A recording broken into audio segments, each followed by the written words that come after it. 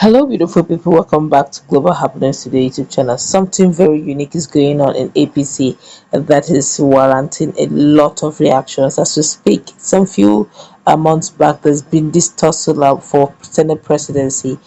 For Bola Ahmed Tinubu and APC, the strong chieftains believe that they should go to South, and actually they picked one of their preferred candidates to be Godswill Akpabio, the former governor of Akwa Ibom State.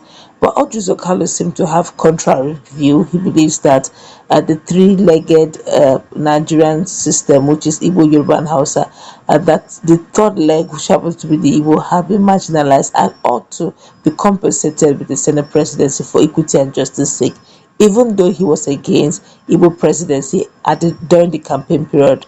But right now, he seemed to feel that the right is upon Southeast to produce, or upon Nigeria to give Southeastern Senate presidency. Hence, he's demanding that it should come to the Southeast. Of course, there have been these agreements between Yari and him over the issue of Senate presidency and vice. But it looks like APC is really not giving him any attention. But something unique is happening in Abuja that is bringing a lot of reaction. I'm already going to find out what it is. But before we do that, kindly subscribe to our channel by clicking on the right subscribe button beside it to save bell notification icon. Please go ahead, click on it to get notified as soon as we update our channel on YouTube. Well, according to the news, a group of protesters have stormed the National Secretariat of the All Progressive Congress APC in Abuja, calling for the position of the Senate President to be allocated to Southeast region. Report has it that the demonstrators under the banner of the APC Support Forum argued that it was the time for the Southeast to assume leadership in the 10th National Assembly. The National Publicity Secretary of the group, Adamu Isaiah, accused the party of engaging in microzoning, a practice in which the specific individuals are favored for particular position. Isaiah strongly condemned this zoning formula during a press conference at the Secretariat gate. He emphasized the interconnectedness of Nigeria's various regions, stating that an injury to one part of the country affects the whole nation. Isaiah declared the Forum of APC support groups unequivocally condemns and outrightly rejects the so-called zoning formula of the 10th National Assembly (NAS) imposed by the party. What is even more concerning is the party's decision to microzone positions to specific individuals. This approach does not align with the principles of inclusiveness within the party. We urge the party to engage in extensive consultations with stakeholders, particularly the National Executive Committee (NEC), to ensure fairness, goodwill, equity, and justice. The party must uphold its motto of justice, peace, and unity. He further urged the APC leadership to follow the example set by the previous administration and strive for a corruption-free government. As I stressed the importance of adhering to the principles and spirits of the legacy parties, namely ACN, APGA, ANPP, CPC, and N-PDP. He pointed out that since 2015, individuals from these parties had occupied prominent positions within the APC, including the presidency, vice presidency, senate presidency, speaker of the House of Representatives, national chairman, and secretary. As I argued that the current lopsidedness and imbalance needed rectification.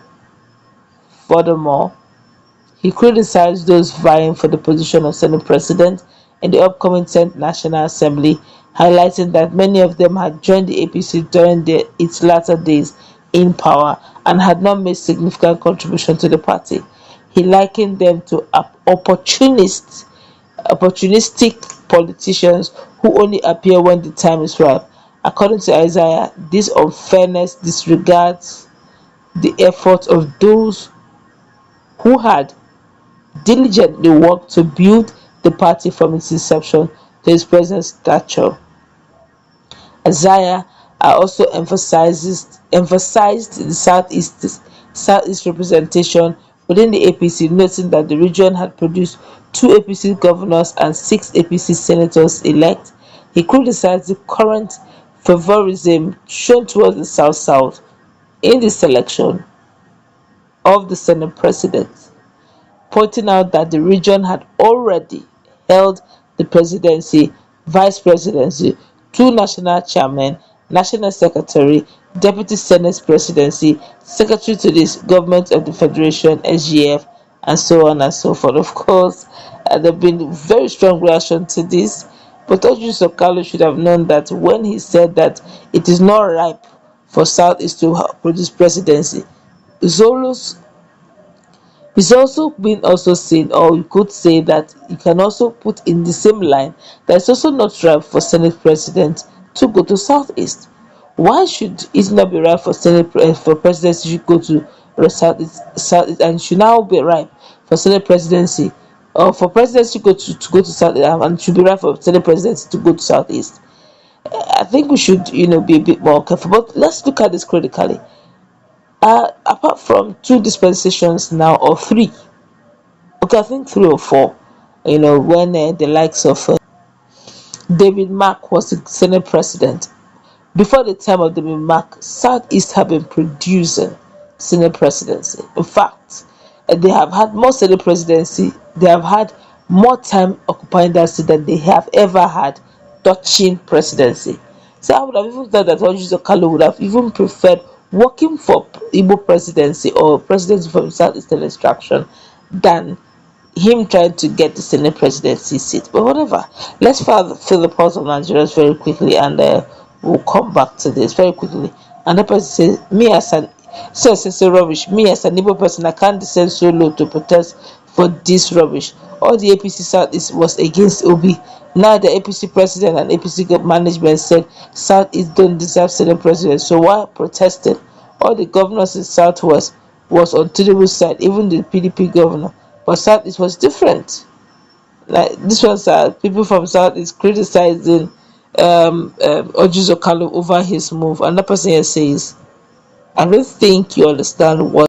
From the comments we're seeing here, just a quick summary is the fact that a whole lot of them believe that Southeastern politician didn't work for Bola Ahmed Tinubu. In fact, they believe that though they openly told Nigerians that they shouldn't, openly told Nigerians as Southeasterners not to vote for Peter Obi, but Peter Obi had 95% outing, where he lambanoed collected all vote from the Southeast, and they believe that maybe they didn't work enough for Bola Ahmed Tinubu, hence they are not deserving of any position or juicy seat, or not even that of the Senate presidency. But if you ask me, yes, they have done their selfish permutation and all that. If a Southeast is conspicuously missing in this administration, I believe that a whole lot of Nigerians will believe that it was not properly constructed. But then, what do we know? Same fate ticket fly. Why shouldn't this also fly? Let's go wrap it up. Let's meet in that conversation. What's your take? Have a nice time. God bless you. Bye.